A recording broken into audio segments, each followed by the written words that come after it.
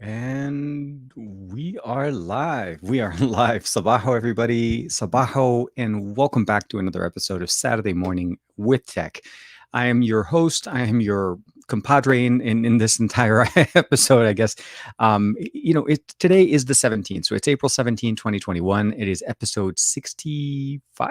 66. No, 67. I want to say it's 67, and hopefully I actually numbered them correctly, because I think, if I'm not mistaken, I think Quan always does that. He always makes fun of me about naming them incorrectly, but I can double check real quick. Um, so today is Saturday, the 17th of April. We are actually, it's a nice day here in Southern California. Hopefully you guys are doing well. Also, El Joso's in the comments. Abajo Sam, hey man, how you doing? Jermaine as well, how are you? Today, we're actually going to be streaming into three different locations. I didn't realize that my account allowed me to do three locations. We're going to be on Periscope, YouTube, as well as Twitch at the same time. Something very interesting. Devin Davis is in chat as well. Good morning. Good morning. Welcome back. This week has been actually a very interesting week of announcements for me, because two of my favorite brands in the US were making announcements on the same day. So Wednesday was like the biggest thing. And of course, on Tuesday, the day right before that, we had the embargo was lifted on Oneplus Watches. Oneplus Watches started becoming available for people to be able to pick up. And of course, for anybody that is basically a like OnePlus fan or loves the OnePlus brand, this sounded like a good, it should fit, and it works perfectly. And they did actually sell out quite fast. I'm surprised how fast they were able to do that as well. Sean Pfeiffer's in the comment. Hey, man. Any new Tesla mods this week? I didn't actually do any mods specifically, but I am in the process of doing new ones. I don't know why, for some reason I woke up this morning and I started thinking, I saw some videos on, I think was it on TikTok or something like that, where they were doing a kit, like, Knight Rider mods onto the actual Tesla, like opening up the mod. But I actually I'm trying to get that LED strip all the way in the front, because mine is all black, as you guys know. And obviously this just begs to have the mod, the kit lights that kind of goes back and forth. So I think that's probably going to be one of my new mods that I'm looking at. But overall, from what I've done, I've installed a separate phone holder with wireless charging. I installed a screen protector. I installed blue LED lights. I replaced the original LED lights that were inside of the car. I'm working on trying to put in a light strip, an LED strip in the car itself, just to get that RGB life kind of going on. But I'm liking it. I'm really liking the actual aesthetics. But I do also want to see if there's a few mods that allow us to actually get Android Auto running in it, not on the main console, but like a separate screen that can feed off of the ODB connection into the actual screen. And we can run like Android Auto functionality. So I don't have to worry about keep using Tesla's built-in music services, because they use Slacker, they use Spotify, which are very popular services. But I'm a Google Play Music subscriber, and I've been since the actual beginning of it. I was at I/O the first time they announced it. And I'm still running on the grandfathered account, so I'm Google Play Music for the long haul. Let's just say that much. Is to swivel the main? Yes. So Mambumbo, hopefully I'm saying that correctly. I think he said the display swivel. I saw that, and there's a few mods in there. There's two versions. There's the one that just does the swivel. There's one that actually does more of a slightly articulating, but also lowers the display. And I feel like that would be the better option. For me, it doesn't bother me much, because I kind of sit higher in the car. But I felt like when I'm working when I see in some of those options, it's like the ability of having it just at least tilted to my perspective, as opposed to where somebody's sitting there. And of course, you could tilt it both sides. And it didn't seem like it was that hard of a mod. It was more about just giving enough time, unscrewing a couple of screws in the back, and then there's that nice mesh fabric that they kind of put on the back. So I've seen those as well. Gary as well is in there. Mazb is in there. Sabaho, everybody. So that one's definitely something that I've been looking into. And the Dragon Ball Z lighting may be better than the Knight Rider.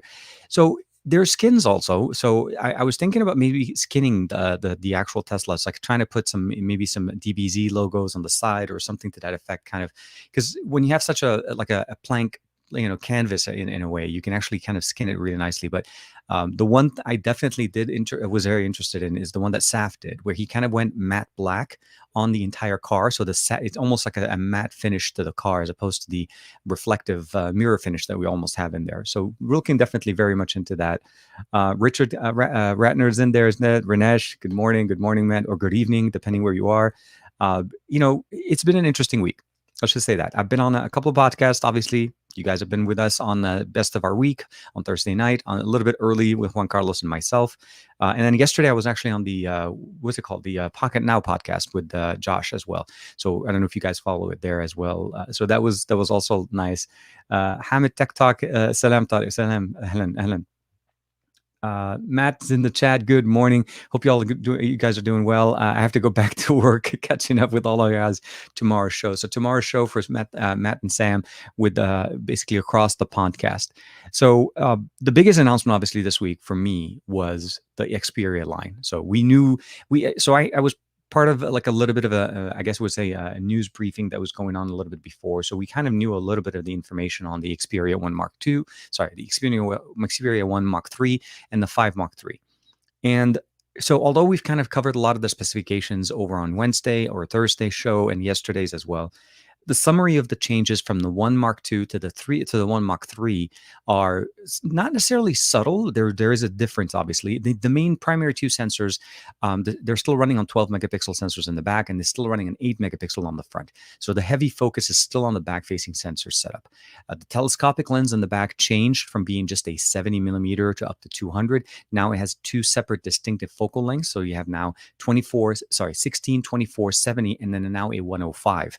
The 105 is an actual focal. So it's a setting where it's not digitally zooming. It's actually manipulating the elements, the lens elements that are inside of the telescopic camera in the back of the phone. So this is the weird part about it. So here's as you can see here, there's three sensors. Setup looks pretty much the same aesthetically. I think the finish has changed, but the camera, the third camera, which is the telephoto, is now going to be mounted sideways on the phone, enabling us to have something similar to what we saw with Samsung's, the camera setup, not the space zoom, but the setup, just more so that it's sitting sideways. But Sony's actually putting in moving elements to enable us to have two separate focal lengths, the 70 and the 105. Battery capacity, as far as 4,500, we're able to go up to basically 30 watts of charging, wire charging. Wireless charging is still in there, reverse wireless charging. A major revamp into the camera system application. So the standard default application that we normally have on the Xperia 1 Mark II or the 5 has been changed. It's going to be now more of a simple version of the Xperia Camera Pro app. So similar aesthetics, but definitely built with more I guess the Camera Pro functions, but we're using a simpler UI element. I'm hoping it changes by the time it comes out. So more like, default mode or standard mode, and then you have Cinema Pro and Camera Pro, because those are pros. So when you have a pro, you don't go pro simple, you go pro default or standard. So we'll see. Gary's a fireman's in there as well. Davin, everybody else. So Xperia 5 Mark III is going to be 1,100. So Mabombo is saying so there's been some rumors. So yeah, I saw the $1,300 price tag. So we can start talking a little bit about the price tag and what they're offering. There's a few things to mention. The Xperia 1 Mark II was selling, I think at the beginning, and I think it may still be selling for about $1,200 till the 3 comes out. And that was the price point that it came out. In the US, we did not have 5G. We had 4G LTE. The Xperia Pro, which came out later, and then actually earlier in 2021, now that one's a much different smartphone. The Xperia line, for what you're getting from 2020 to 2021, you're getting the 888 as a processor, you're getting 5G connectivity, you're getting the new telescope, the new camera system on the back with the 16, 24, 70, and 105 focal lengths. So those are all going to be built in, all still focusing on the major 12 megapixel sensors that are slightly the bigger sensors that Sony's able to put in there. And of course, we also have the ability of going up to 30 watts of charging. We have an additional dedicated button now that we didn't have before. So if you really kind of consider the upgrades that they did from last year to this year, asking for another $100 on that price is not really that far-fetched. Now, obviously, the price is in the 1,300s now. It's no longer in the 1,200s. I'm not confirming this, obviously. I'm just saying this is what it was announced. Sony did not share with us, at least from the US side, nobody was shared with as far as pricing, and they didn't announce any pricing at the launch. Or the announcement. Actually, Dareem's Shamsi, actually, that's a good question. OPPO Watch versus Oneplus Watch, and I want to talk about that in a second. But yeah, so I think when we look at pricing, and specifically since we now also have the 4K 120 frames per second refresh rate on the panel, like the amount of improvements that they've done here are great and crazy, and they literally only went up a little bit on the price. Mind you, it is already in the premium tier, so it's the $1,200 to $1,300. We're not looking, from $1,000 to $1,200. So I would probably say this: if you ever were a Xperia line fan, if you were a big fan, you had the Xperia One or the Xperia One Mark II, this is definitely an easy transition because it's really feeding into what you normally like. The headphone jack is still there. The design is still very much a similar design. The nice longer form factor, the 4K panel, creator mode, great stereo speakers with support for 360 sound. So I can definitely say that those are things that I feel are great for people to actually look for. So I love that part. But I did want to jump back real quick. Yeah, no, definitely. The 4K 120 hertz will eat up so you have to understand, I think more than likely it's going to be an adaptive rate.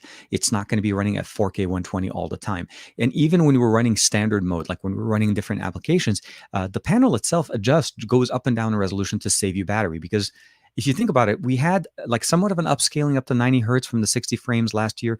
But at the end of the day, you're going to have the ability of toggling between the 60 and the 120 to whenever you want that. And I feel like those are going to be some of those options you want to do.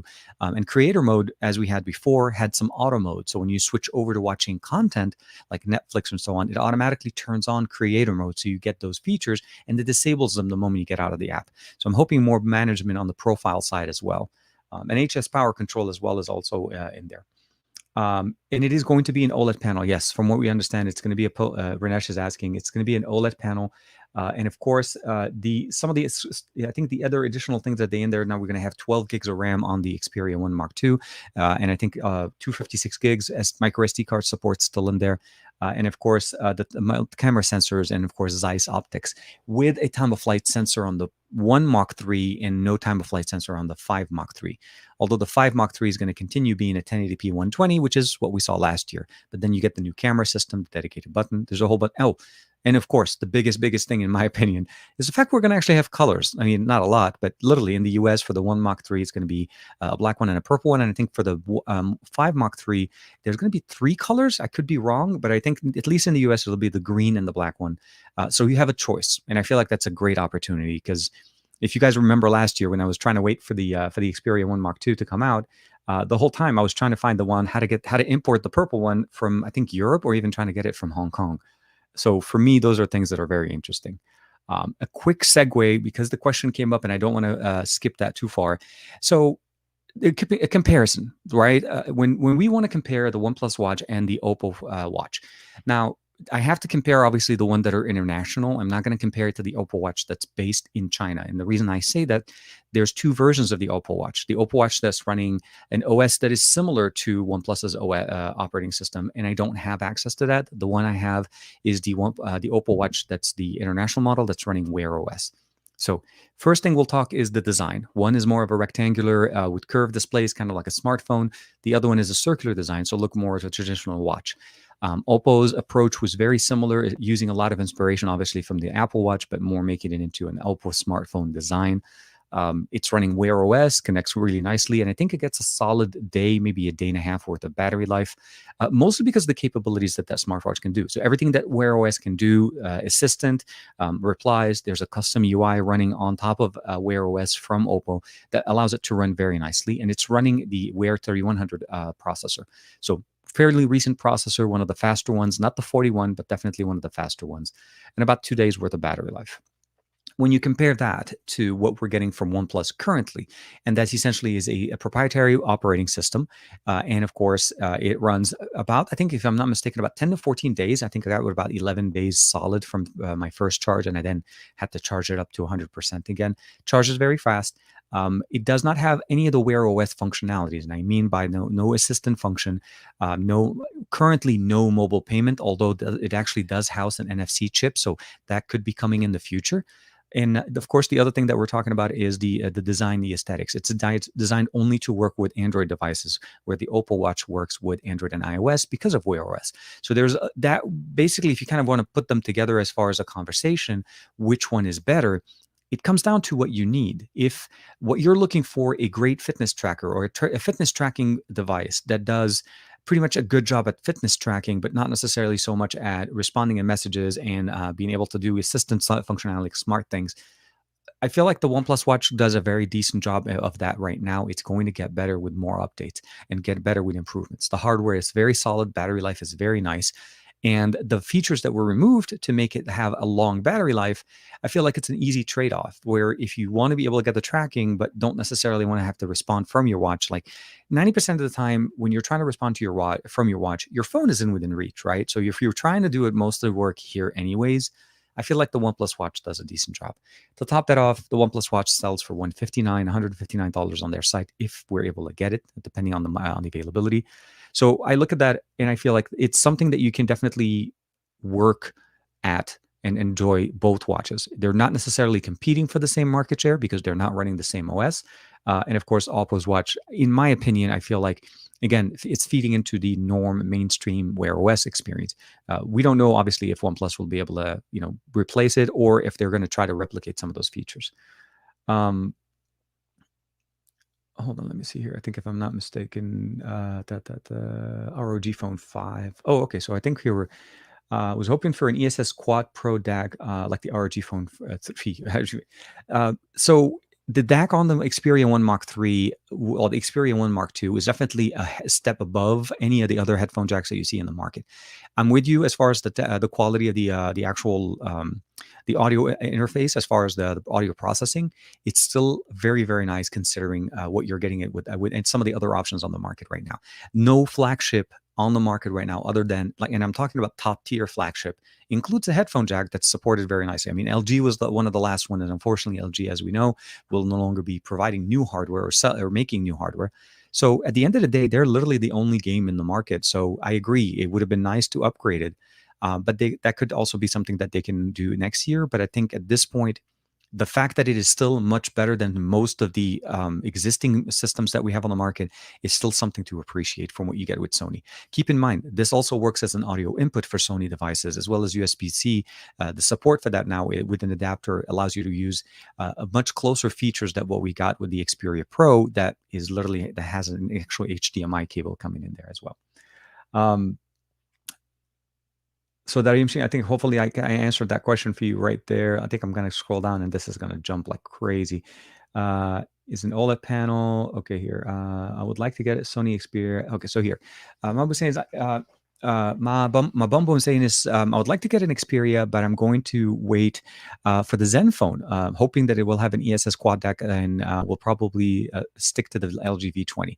So I think the V20 is still a very decent processing overall as far as audio, and of course the removable back, the removable battery, that little smart tick display that we had on the top. There was a lot of things that a lot of people loved about the LG V20. The build quality alone is definitely very nice. It's not V10 quality build, like I think the build quality, but I've definitely loved what the V20 did. And again, like once the battery kind of degrades or whatever, replace the battery, jump on to the next one. That's the beauty of it. But I'm with you. Yeah, you need to upgrade to the one that makes sense to you. I don't think Sony's trying to market the Xperia line, at least the 1 Mark II, and Mark III, and the 5 Mark III, for everybody. It's feeding into their existing base that love Xperia, love the camera, the alpha camera experience on a smartphone. One of the many things that I love about the Xperia is that it's a great content creation phone. It has the horsepower to process almost anything you want to be able to get it, throw at it. The one thing that I always felt like for me that was a limitation for me was the fact that the 1 Mark III or Mark II was a 60 frames per second panel with somewhat of an upscaling to 90. I mean, it's definitely better than 60, but it wasn't truly 90. So to go from 60 to 120, that refresh rate, especially for gaming, it makes the 1 Mark III a very compelling, well-rounded smartphone now, because it touches on the gaming side, it touches on the creative side. It also touches on the content consumption side on a very unique level, because we have front-facing speakers, we have 4K 120, we have HS power control to power our smartphone as we're playing games. So we're getting a lot of those features that I feel like we were missing last year, and now we finally can use them. So those are things.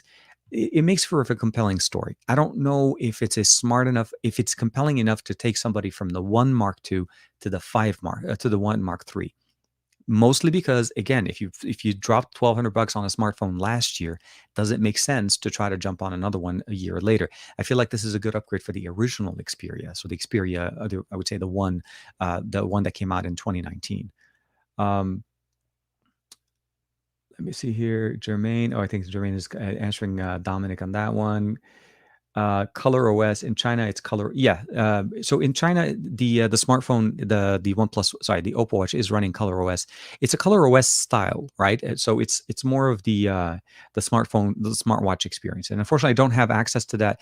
I would have imagined, though, I mean, realistically, if it was going to be something running that is not Wear OS, that it would have been leveraging heavily on OPPO's existing ecosystem. Because my understanding, at least the one in China, that watch had a lot more functionality than what we currently have on the OnePlus. So there could be an evolutionary upgrade to that level.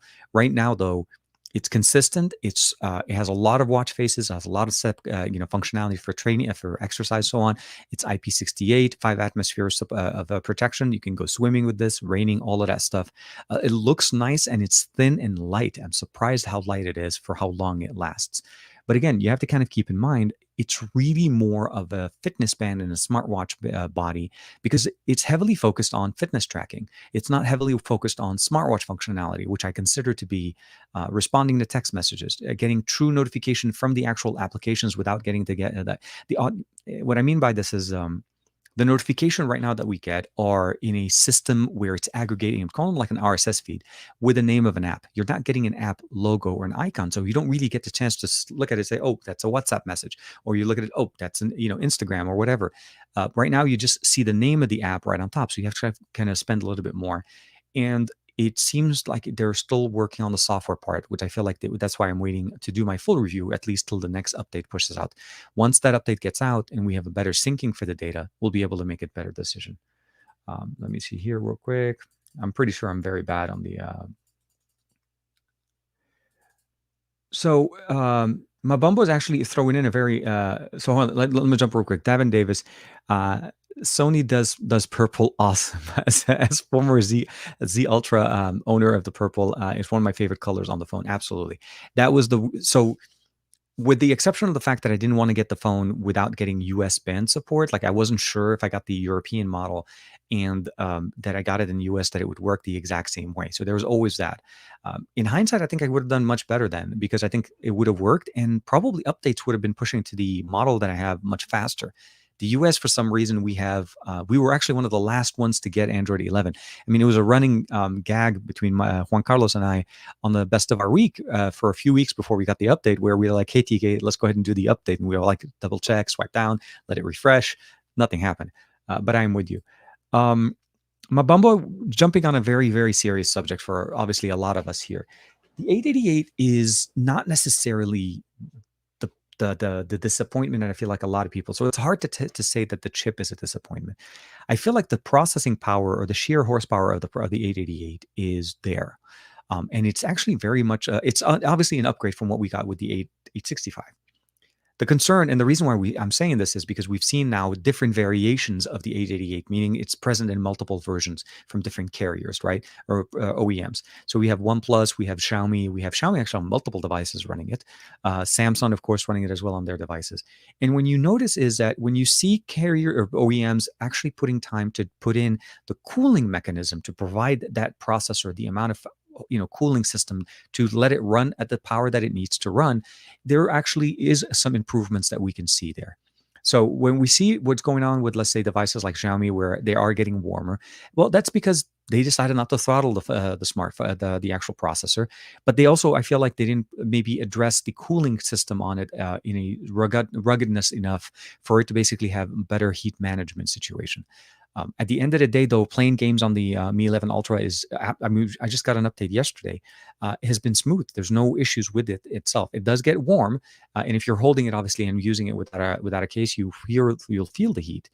But I feel like that's also the opposite situation of what we saw with Samsung, where they throttled the experience. And for you to truly get the experience right, you'd have to go in, first increase the resolution and the frame rate to be able to get the games to play at that level. B, go in and turn on high performance mode so that you can get the processor to run unconstrained in a way. And then you'd start noticing the heat, and then you start noticing some of the performance issues dipping. And it's because they wasn't really considered at the time of putting it together. I feel like that's the design issue there. But then when we see what OnePlus is doing, you appreciate what's going on, and then you see that where OnePlus is able to manage some of those thermals and have a consistent performance on the 888. So I really think it's going to come down to every OEM's approach to him managing the chipset, as opposed to just assuming that the 888 is pretty much just the 865 upgrade, but you just need to house it. You have to address it, and gaming phones are doing a much better job, like the ROG, the Black Shark, as well as what we have now with the Red Magic 6, which, by the way, I'm going to be dropping the review for that one next week. I'm finishing up my testing on it. There's a lot of things to be said, of course.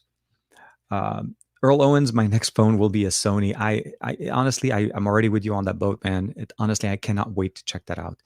Sony, Dominic's jumping back here, says Sony doesn't sell the Xperia Pro in Europe because of mmWave 5G. It's not live in Europe yet. We only have sub 600 sub 6 basically 5G in Europe. And I feel like, yeah, the Xperia Pro was pretty much, I feel like, was designed for broadcasters and for the ultra wideband 5G connectivity. It works with sub 6. This is the weird part about it. It actually does support Verizon's sub 6 millimeter wave, sub 6 5G in the US.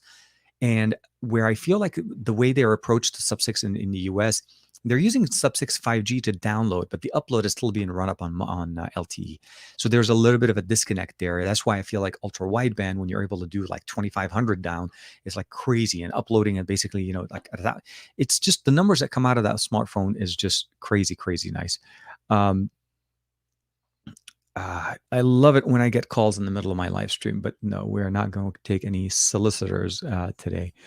Davin Davis is saying Sony has always done a good DAC, and the amp that is always combined, which seems to be weaker than it should be, and I think that's the concern. They didn't specify what they're doing differently this year, other than obviously that it will be using a higher quality audio interface. So we need to kind of go back into that. My hope is that it is definitely improved, maybe the improvements on the amp there. But nothing that we can't get a FIO or a FIO to make sure, obviously, to improve the life there. I like, okay, so Abdullah saying, I like the Icon phone, Samsung and OPPO. I'm not sure. I'm not unsure what that mean, Abdullah. Maybe if you have, إذا عندك سؤال بالعربي عبد الله اكتبه بالعربي. I should be able to read it and translate it for everybody.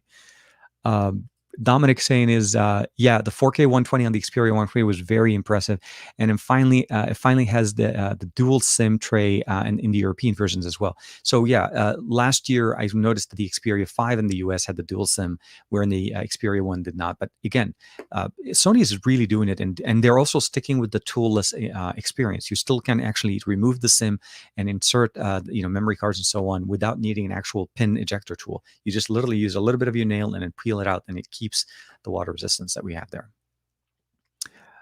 Guten Morgen, wie geht's? We have gehört, Grado is in the chat as well. Oh man, okay, I just jumped like 6,000 comments. I am so sorry. Let me see here. Okay, we're gonna go through, see if we can do a speed round. Best camera smartphone, why phone reply? Whirlpool Technology, I think it's hard to tell which one is the best camera experience right now. I can tell you that the Mi 11 Ultra is doing a great job. Samsung does decent job with their cameras as well. And when you go also for Sony, I feel like Sony is more of the manual. It's really the creators. Like we're talking creating and sitting in there and composing your subject. But they also do a decent job when it comes down to auto mode as well. So hopefully that helps. Let me see here, Dominic. Love from India, man. Thank you very much. Satyapal, hopefully I'm saying that correctly. Hey, welcome, good morning.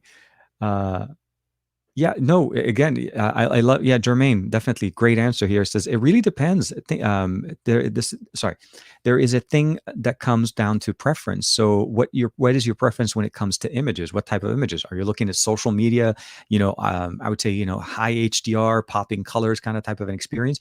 Or are you looking more true to life and something that you're able to work with a little bit more on your phone, maybe a Snapseed type of an experience? Or you're also looking for something maybe like more of what Pixel smartphones do. Pixel does a great job into allowing us to have that auto picture that just it's going to come out perfectly beautiful every single time. So that really depends on the smartphone that you're looking, or the experience that you're looking for. And I think Jermaine encapsulated that one very, very nicely. Mabombo saying is I would love to test the Sony Xperia headphone jack quality with a DT770 Pro 600. The 600 ohms, even higher than the one I have. Would it be able to play it without a partner? I can tell you right now that at least with the One Mark II, the 280 ohms version of the 770s works perfectly fine. I'm not sure if the 600 is going to be able to. Obviously, I don't have one to be able to test out on the existing hardware.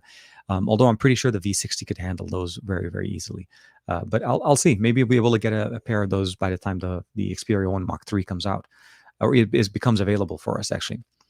Dareem is saying smart device marketing is developing rapidly. Rumors is that new Google Pixel Watch will be more of a tracking app, a tracking type of a smartwatch. And that's true. So we're starting to see rumors about the Pixel Watch, but you have to remember, we've seen and heard about rumors of the Pixel Watch for years. People have been wanting Google to release a Pixel smartwatch line of smartphone or wearables, like what we have with their smartphones. I mean, Glass was one of their earlier developments that kind of went away. They went over and they bought Nord last night, the glasses by Nord. And those hopefully will eventually come back as a smart wearable of some sort, and maybe a next generation of those. So there's things going, obviously, and Google always works on it. The smartwatch from Google would definitely be an interesting approach. I'm hoping is that with them focusing on releasing a wearable, that their heavy focus will be more to improve the platform, bring better connection and less connectivity issues to Android. So those are things that we're looking for. On top of, obviously Whitechapel, that's going to be coming up later this year with the Pixel 6 on their own SoC. So they're definitely working on those things. So those are the things I wish I definitely in there as well. Let me hear. COVID. Take care of your family, man. Harry, thank you very much. Hope you're doing well, and yeah, be careful, of course. Current situation with all things like that, of course. Let me see. I think I'm missing. Ranesh is jumping in real quick. Seems only so much we could do without frying the phone due to thermals. Phone manufacturers need to put more thoughts into the management here as well. And this is something that I feel like we need to see more focus from the mainstream smartphone manufacturers. Gaming for smartphones by definition or by default, like seriously, the Red Magic 6 has a dual cooler fan that literally kind of mounts to the back of your smartphone. And actually, here's a little tip, which I don't think maybe some people may not mention. This cooler actually works with other smartphones. It has an app that you can download directly with the book that comes in the box. And you can use this to put on any smartphone on the market to be able to basically just connect it over USB. Or even if you want to, you could just connect it to any power bank. It'll turn on, and it has RGB colors. So yeah, cooling is going to be a big concern. I think the one thing that I feel like that always ends up being a concern for us is when they don't focus on it and then they sell it as in it's a great gaming phone. So the approach here is also what you do with maybe heavy workloads like compression, basically stabilization, editing videos, maybe stitching some of those created content that you did on that phone using the cameras that are in there to post them on social media or send them to friends. Those are the things that you really care about, and you don't want your phone to start heating up. Exynos has been known for that for Samsung smartphones for the last couple of generations. Even the 2100 seems to have some concerns. So at the end of the day, when you're looking at things like that, it's going to make the user base feel weird. Like this is going to affect the next generation of the smartphones, not even necessarily this one, because the people that are deciding to buy the current generation of the smartphone are probably coming from like 2 or 3 years or older generations, right? So for Samsung, it'll be like the S9, the S10, and jumping into the S21, not realizing they no longer have an SD card. Those are things that you kind of keep in mind. So what I would probably say is, just make a decision based on what you're looking to do. If gaming is the lifespan of what you think that the smartphones needs to do, focus on buying a phone that addresses those, and obviously do some research and get the smartphone that feeds that. If you're doing it mostly for camera, video, and content creation for social media and general usage, then get a smartphone that is focused on those. There's going to be an option. I mean, this is not I would probably say this is not an Apple situation. This is very much a approach to what we normally like, and get the phone that kind of fits you. And that's what Android offers us. Jermaine is going to be off in a bit. Have a good day, people. Hopefully you're doing well. Definitely. Thank you very much, Jermaine, for stopping by as well. Thank you very much. Let me see here. Davin Davis. So the 888 is a much better version than the 810B comparatively, but not really when it compares to the A10A. So if you guys remember, Qualcomm obviously had a massive issue with the A10 chipset back at the beginning. I think it was like a few years ago, around the Pixel 6. I want to say the 6P, sorry. And one of their biggest concerns, obviously, is it felt like that chipset ran hot regardless of what you were doing. So it was literally overheating. A lot of people were having a lot of problems with them. And then later in the year, Qualcomm released the A10B, which is the second generation of it, addressing some of the heats by underclocking the processor a little bit so that it allowed us to have better thermals and the phones were able to run better. It was still overpowered for the sense of what you needed, but at the end of the day, it was more, the approach was very different. Will the 888 have that when we go from the 888 to the 888 Plus? I don't know. Will there be an 888 Plus, or will it can be called like an 881 or an 880? I'm not sure how Qualcomm will address it, because I think at this point, not enough statements have been made. General usage for easy, quick access, jumping in, jumping out kind of thing doesn't incur that type of heat. It's mostly on consistent push. Like if I'm using the phone to play games for a couple of hours, you're going to feel it. And it doesn't matter which phone you're going. Even with the gaming phones, you're still going to feel it. But then again, we get the Red Magic device that has a built-in fan, and then also you're able to pick up an extra 2 fans. So this phone is seriously running a cooling system on the back of it. So at the end of the day, when you're playing games, you're playing them in a very type of, I kind of unlocked it for us here as well. You're getting that type of experience there, which I think, again, they're addressing it and they know what's going on. But Red Magic has been doing these gaming phones for a few years now, and when they're talking about basically cooling, they've almost kind of like felt like this is all they focus on, because they tend to overclock and they tend to push their devices to the limit. I mean, this smartphone has 165 hertz refresh rate. It's faster than the monitor behind me. That's crazy. Let me see here. Oh, okay. So here's a good question. So do you think Samsung will be switching to Wear OS on their Galaxy Watch 4? Will that make it better? So I'll answer the second part first, because there's actually that statement is a little bit of a easier to answer first. I'll say this: Samsung watches with Tizen OS run very nice. The concern or the limitation that you're getting there is that you're tied into Samsung's ecosystem, and you're tied into, you have the ability of downloading third-party watch faces. You're able to download third-party apps. There's a market to supporting it. So they're very similar in the sense of what they offer. What I feel like if they do switch over to Wear OS, it makes it more consistent across the board. Okay, Tizen is a great operating system when it comes to smartwatches, and I feel like Samsung has evolved it enough that if they do switch over, I almost feel like they're going to lose some of those progress that they've already done, because some of those optimizations came from them separating from Google back in the day, and we all wondered, would it ever survive? Would it ever make it? And those are things that we never really got an answer for till as generations of Tizen OS smartwatches came out, and we noticed that it actually runs very nicely. There's a lot of functionality, but you lost a lot of a big portion where all the major companies that were releasing smartwatches, they're all obviously betting on Wear OS, because that's the open side that you're able to use. Samsung was not allowing third parties to use Tizen, and Samsung only makes their own watches, so they're not really going to benefit. So does it benefit Samsung to switch? I think it makes sense. I think it becomes more easily comparable to some of the other options on the market. And then they can start focusing on their software side to provide you that unique experience, that moving, the spinning crown, the design, their integration into their smartphones that are already running Android. I feel like will be definitely a great solution there. So hopefully that kind of makes sense there. Let's see here. Yeah, man, of course.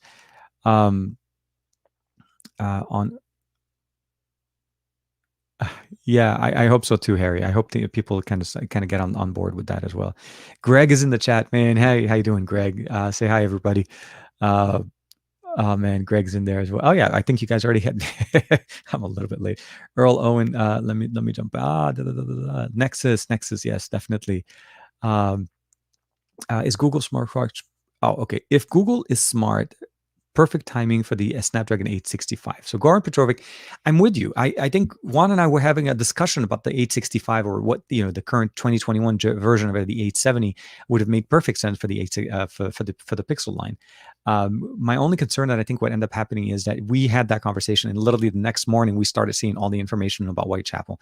So I think kudos for Google for trying it. I think they're the right company, obviously, to be able to do this work with Samsung to try to create an SoC that runs their hardware, which, again, I feel like if you don't have true control over the entire system, the ecosystem, all the way from the processor, the software, the design of the hardware that you're going to get there, it's hard to kind of compete in a market where Apple just literally does all those things directly. So seeing what we can get from them, and hopefully some better thermal management than what we're currently getting with the higher end side, but also seeing how many versions they release. I mean, are they going to go for basically one SKU, meaning one version of the SoC that runs on the Pixel 6 and the whatever the larger version of the Pixel 5a is going to be, or is it going to be more a separate approach? So the 5a, if history kind of repeats itself, we should be hearing about the Pixel 5a very soon, in about a month at Google I/O, the virtual Google I/O that's going on. So if the Pixel 5a does live up to that, and there's a good chance that that one will run a Snapdragon processor, then we'll have to basically see what Google does as far as improving the performance, and of course seeing which one they go with the 5a, because the 5a is typically their budget line, so 350 to 400 or so. But again, I'm very excited to see what they're offering, but the 865 seems like unfortunately not an option for them at this point.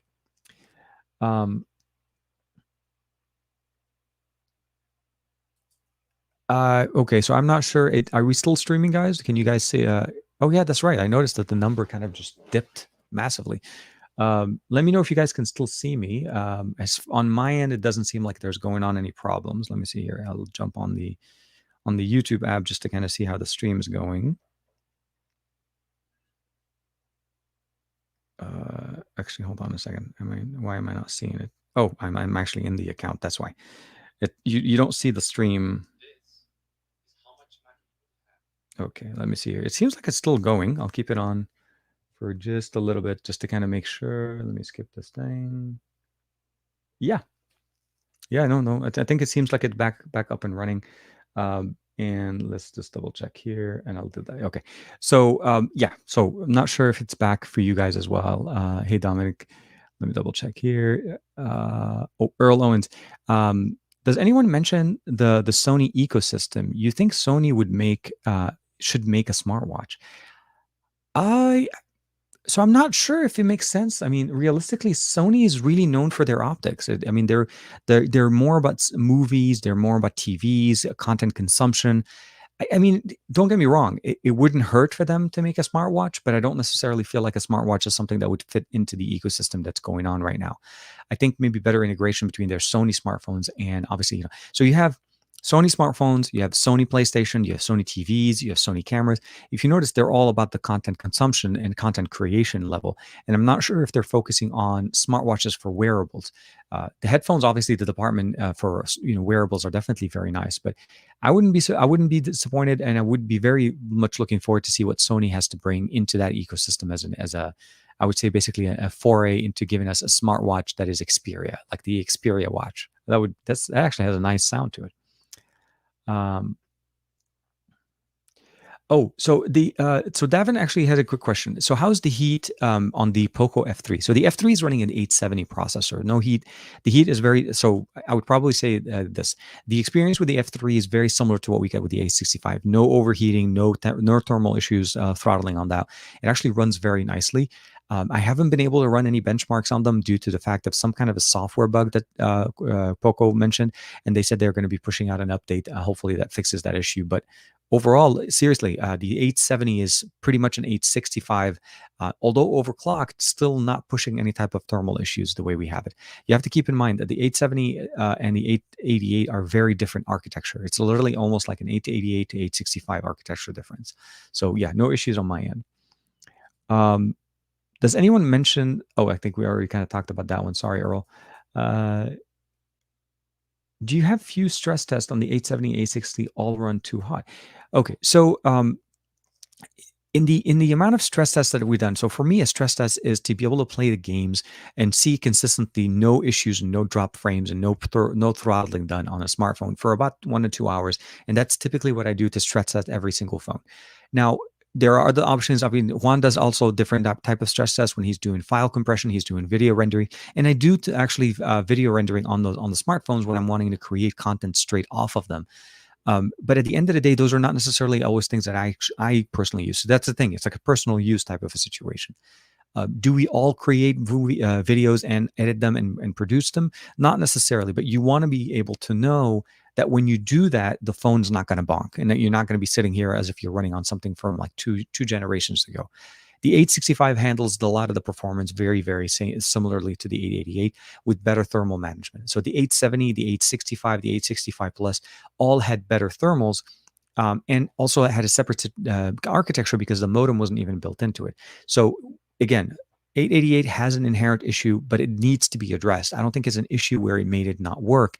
It's just that if they don't address it in the manufacturing and the cooling, it's hard to actually justify it. Your approach should not be, this is just another chip from Qualcomm. This is a chip that runs a little bit warm when it runs at full throttle. And for us to keep it consistent, you have to cool it better.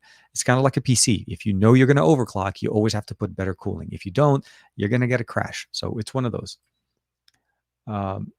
Let me see. You're saying so not as easily. No, Mabambo is actually asking: Is our new Sony phones rooted easily? No, they're not pixel. They're. It's not. Well, I'll take that back. The problem is when you root a smartphone or if you, let's say you unlock the bootloader, you lose the DRM, which has 90% of the functionalities that Sony disables in there. So even if you are able to root it, the steps to go through to keep DRM support built into the smartphone drop, it becomes more of a complicated, and it's very easy to damage a smartphone that is like that. And what I mean by that essentially is that if you try anything and it goes something wrong, the phone is literally end up basically you lose functionality and may not even boot. And then lastly, your warranty is voided. So there's the other part. This is not a OnePlus approach. OnePlus doesn't care as long as the phone is working. They'll honor the phone even if it has even it has an unlocked bootloader on it. What's the actual difference? Okay, hold on a second. Between the 865, uh, think of it. Think of it as it's not really close to the 865. So the 865 and the 865 Plus was an overclock. So it's a from 2.7 to 2.8. The 2 then you go into the 870. Essentially, is they are rebranding the 865 Plus for 2021 by slightly overclocking it. So we're not talking noticeable difference on your end or on my end. It seriously is in the background. So comparatively, performance-wise, if you really want to basically say, is it truly like that much better? Yes, on paper, it definitely is. In real world usage, it may shave a 1 or 2 second off of the process of a render process that you're going through, but it's not going to be the 888 performance at an 865 architecture. There's much more difference there on the hardware than just an overclock. There's the architecture of the processing power, the prime core that's running there, the supporting cores, as well as the ISPs that are building. You have a triple ISP on the 888 to a dual ISP on the 865, and the 870 carries that over. We have basically an X55 modem to an X60 modem, one integrated and one separate. So there's a whole bunch of different things that are different.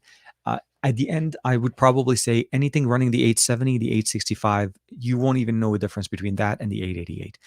Because at that point, seriously, the normal day-to-day functionality, it's pretty much on not really very noticeable. But again, there are other things that they can do with the processors that you'll notice. Obviously, the processing, utilizing the triple ISPs, or even just getting better 5G compatibility because the X60 actually is more of a wideband, an international 5G compatibility was much better implemented there than what we had with the X55. The X55 was more regional, so you get 5G for the US, but you don't get it for Europe. But carriers or OEMs can actually unlock their phones to run on all the 5G bands across the across the globe. So those are very big differences as well. And I know I figured what you meant, Goran, is that you meant more on performance. Honestly, not really. The 820, the S20 and the S21 for the general data usage did not really do much difference as far as performance. Boot up, running applications, opening and closing applications. That plays a factor in a certain way, right? So if we think of them as a PC or think of it as like what are the components that are contributing to the speed of our device. So the processor is one part. It always is one part. It's kind of like your PC. The CPU is a part of a chain. So you get the CPU, you get the RAM, you get the storage, and then you have you obviously have the bandwidth of your RAM. So how fast is the data able to transfer from the CPU to the RAM and back and forth, read and write on the phone? So if you're running a phone that ran, like you say, UFS 3.1, LPAPDDR5 with an 865, it could very well perform very closely to the 888, and you wouldn't notice it on the daily. Again, it's when you start doing numbers and you crunch numbers and you're processing is when you're going to see some benefit going from an 865 to an 888.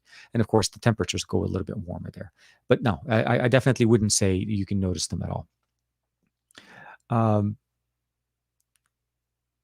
Oh man, Sir Bifius is saying is TK, how you doing? Love from the UK, brother. I've been loving the Meizu 18 Pro.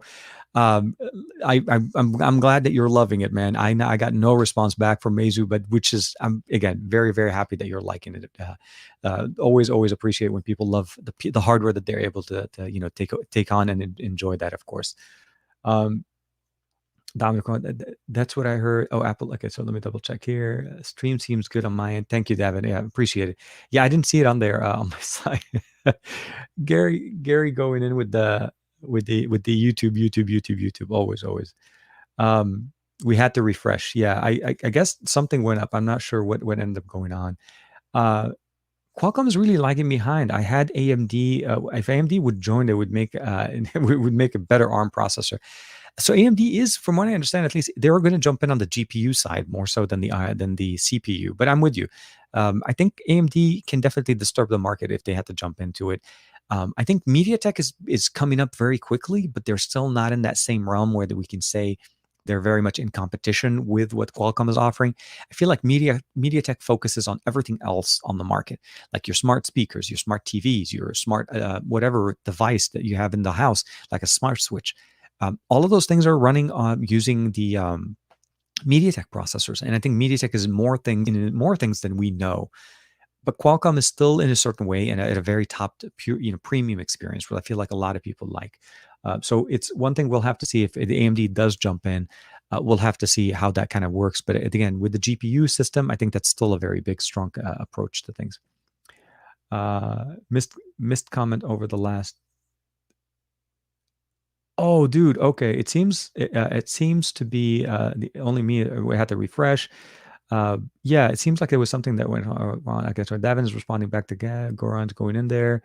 Uh, yes, gamers unboxing. Yeah, it always ends up being that with all of the fans, all the obviously the supporters from India. They always ends up being the whole time difference kind of going on. And if I'm not mistaken, I think we we get to the point where it's almost midnight. I think if I'm not mistaken, the timing wise on our side here. Aditya hitting it up out of the park. Thank you very much with the super chat. Ramadan Mubarak, TK, and all hopefully to all who celebrated. I have a blessed month ahead. Take care of yourself and don't hesitate to take time off if needed. You know what? I'm not gonna lie. First, thank you again, Aditya. The first couple of days, first 2 or 3 days that kind of started with Ramadan, the adjustment period, that took me a little bit of adjustment. And I can still say that at the end of the day, like around 3 o'clock or so, yeah, let's just say focus level is not as sharp as it is like early in the morning. That's why Saturday morning with tech works great. And then of course, it's partially, like you get used to it after 2 or 3 days. You don't even get hungry, and it's not the hunger, by the way. Believe it or not, you can go for a lot longer time without eating than you can go without drinking. So I feel like, because we've done it too, my wife and I have done the one meal a day, or eating between certain hours during the day, like fasting for 20 hours and then eating between like 4 hours or so. And those I typically don't have that many problems with at all, because I'm able to drink water, I'm able to stay hydrated, and of course have my coffee in the morning. But with Ramadan, that's the shift. So if you guys are not familiar with it, as you probably heard, the thing is essentially is we just don't eat from sunrise to sunset, and we're able to have a meal before, so you're able to start your day right. But yeah, thank you. I appreciate that very much. Yeah, so Demir is actually saying, yeah, AMD is joining AMD is joining Samsung, and of course MediaTek is Nvidia is joining MediaTek. If you've heard of the news of any future MediaTek SoCs possibly getting RTX, dude, the moment that happens, sign me up. I want RTX on everything. I've been on the hunt for a 3080 for the longest time. I can never find one. And I feel like at the time when the 3080 Ti drops, we're going to be like, where's the 3080 Ti? It's just never going to happen.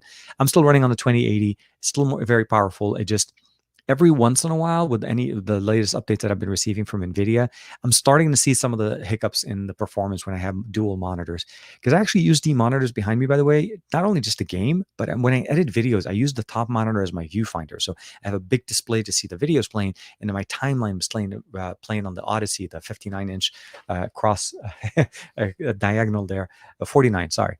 And overall, the experience works great, but every once in a while there's a little bit of a hiccup. So I've always looked at everything. Um, so Gary, I think, yeah. So that's the challenge, and especially for the Saturday morning with tech, because it is a. I typically, as you guys know, I always have my glass of water. I put some Tang in it, or I put some Fanta. I forget, like whatever those drop liquid things, and I have no problem continuing going through it. And we've been doing good. We're almost at the hour mark, and I don't feel so bad. But I could definitely feel like, yeah, it's the mouth is not necessarily as hydrated as it was like last week when we did the last show before the Ramadan started. So we'll have to see how that kind of goes in there. Definitely, JDJ saying, "What is the best thing you remember about Ramadan? Any special Eid traditions?" So honestly, when I have to go back to Ramadan, my favorite ever memory would be back when I lived in Lebanon when I was a kid. So there's a very big different experience about being in celebrating Ramadan, or actually being in Ramadan in a country that actually celebrates it, the whole country that celebrates it. So I'm not trying to say like it's not the same kind of experience. It's different here. But I remember the big family dinners, the big family iftar dinners. Those are the memories. Those are the best memories that I miss. Also in Lebanon, this is the biggest thing. The dessert places are crazy. Like the innovation in dessert in the month of Ramadan are like crazy. And there are desserts that are only made in the month of Ramadan that you have to only buy them there. One of them is called kalej, and it's like a pocket of I think it's cheese, if I'm not mistaken. It's basically deep fried and then soaked in rose water syrup, and it is just absolutely heaven. What we used to do, which was always the thing. So you'll have iftar, do all of the stuff, you do the prayer, and then after that, the family would go down and walk over to the shops where they have all these big pans filled with those things, and you would buy them, and everybody gets a piece, and you get a bit of the syrup, you dip it. Oh my God, I'm having flashbacks to when I was like very, very young. So yeah, those are things that fortunately there's none here. Kadlej is available here as a dessert. I don't even know what the English word for it is, but it's only sold as to take home, and then you have to buy a whole box, and there's a whole bunch of different things. It stops being that experience where you want to be able to go down to a store and pick it up. So I would love to, if I was ever able to do that experience, especially for Ramadan, especially for people that are able to celebrate and want to enjoy it. So those are memories that I always miss, and I don't know if I hope one day I'm able to do some of those things as well with my son so that he can enjoy those. But yeah, I think jump over Xperia thought. Oh wow, I am okay. So Sony. Let me see here. I've seen videos of the community. Yeah, even if they're not breaking the past the fast in making fast in Indonesia, it looks very nice. And I think Aditya is answering somebody else. So to me, the Xperia the Xperia 10 Mark III seems like a perfect Pixel 4 alternative because of how similar they are. So there is the other part. Yeah, the announcement actually covered 3 different Xperias. There's the 1 Mark III, the 5 Mark III, and the 10 Mark III. And the 10 Mark III is really more of the budget line devices. They still, I guess, retain some of the primary new benefits, but they don't. They have a lot of things in there that obviously are geared toward the mid-ranger. And I feel like this is something hopefully they can bring to the US because it's not really intended. It's a European market. But yeah, no, absolutely. It's very much a direct, I would say kind of close in that experience. Although it does come down to basically how you like your images processed. Do you like the control of what Sony does on their sensors, or do you like what Pixel does with their processing system, the algorithm? So those are things that we're going to definitely have to see how they do, especially since the Xperia 10 Mark III will be closely coming closer to the Xperia 6, the Pixel 6, which again will be running a brand new SoC. So we'll have to see. So we're not even sure as far as how the cost is going to be on that one as well. So with that being said, I did want to talk to you guys also about something that is interesting. So smart glasses from Razer. So you probably already saw the announcement. So Razer pushed out some glasses on the market. They're called the Razer ANZU. So the Razer ANZU are glasses or smart glasses that are intended for gamers. So they have blue light rejection. They have some of the technology. Actually, we'll even do that one as well here. So the main thing that they have here is obviously the blue light rejection, the ability of having obviously built-in speakers, touch control, low latency mode for gaming, and of course, Bluetooth connectivity to your smartphone to give you access to those, to obviously the speakers and so on. For me, I decided to go with the larger frames, and I decided to go with the more square frames as opposed to the circular one. So A little bit of a quick change in design. Let's go ahead and put this on. So a couple of things going on. Actually, forgot to mention, there's a couple of LEDs in there that are sitting right there in the actual glasses. Let me see if I can get these to here. Oh, actually, you guys can actually see it. It's focusing so closely on the Razer that everything else is out of focus. It's crazy. So they work pretty much obviously like regular glasses. These are not my prescription lenses, which although I actually do need to clean, that's the problem with glasses. You always have to clean them. But they're lenses that you're able to replace. They include a separate pair of polarized lenses that are intended to make them so that they can be used outdoors for sun. But again, smart glasses that are intended to be worn. So let me know, what do you guys think? Let me know what you guys think, actually, the design. It definitely changes the look. I'll have to rebrand the channel if we decide to stick with them. I like them. I like the way they work. The audio on them is actually very nice. It's a directional micro speakers in the earpieces that sit right at the edge of the actual piece. So on the back, right in there. And essentially, it just points the audio straight into your ears. So you put them on, and there is an application that you're able to run on them. So hopefully I can actually find it. The ANZU smart glasses. Hey, here we are. So you can kind of see them right there. It'll give it a second to find them. And if my Sony, if my camera, and couldn't find them. Thought we were connected. What happened? No, I was kidding. Let me see here. So yeah, the overall performance as far as what you're getting with the smart. Let me see. I think what happened is I shut them down. We'll have to close. Oh, by the way, they do shut off when you close them. Open them again, and then you get that as well. You get the Bluetooth connected. It takes 10 years off for your TK. You look like a 28-year-old who just died there. So it does actually, it has a different look. So I don't have my lenses in there, so my vision obviously isn't corrected because I do wear glasses all the time. That's really nice because it looks like a normal pair of glasses. Does it have any of the colors? Unfortunately, no. They have two sizes and two designs. So there's the small and the large. With the one I have is a larger, the large form. So you can actually kind of see it right here on the side where it says the word large. So that's the actual size that I got. Mostly because when I looked at the measurements, I looked at the frame and how it would sit on my face. So I felt like I would have loved for them to have a frameless on the bottom that would have just carried it over. But yeah, definitely. Gary, it's not only hip, it's hip to the hop, to the hippity hop, all of that good stuff, because you can listen to it. And you're actually at low levels. It works really nice. Like I can say, I can continue a conversation right now. Like seriously, we can have a conversation. I can have somebody talking to me in my ears with the level obviously lowered so you don't hear it outdoors. But I wanted to show you guys again, kind of like the levels of how it plays. So here, I'm going to play a song that. So right now the music is playing and it's pointing directly into my ear. And if I'm not mistaken, I think you guys are probably not even listening to it as much. But it's something to that effect. Like as I'm playing some Armin van Buuren right now, the State of Trance 1012.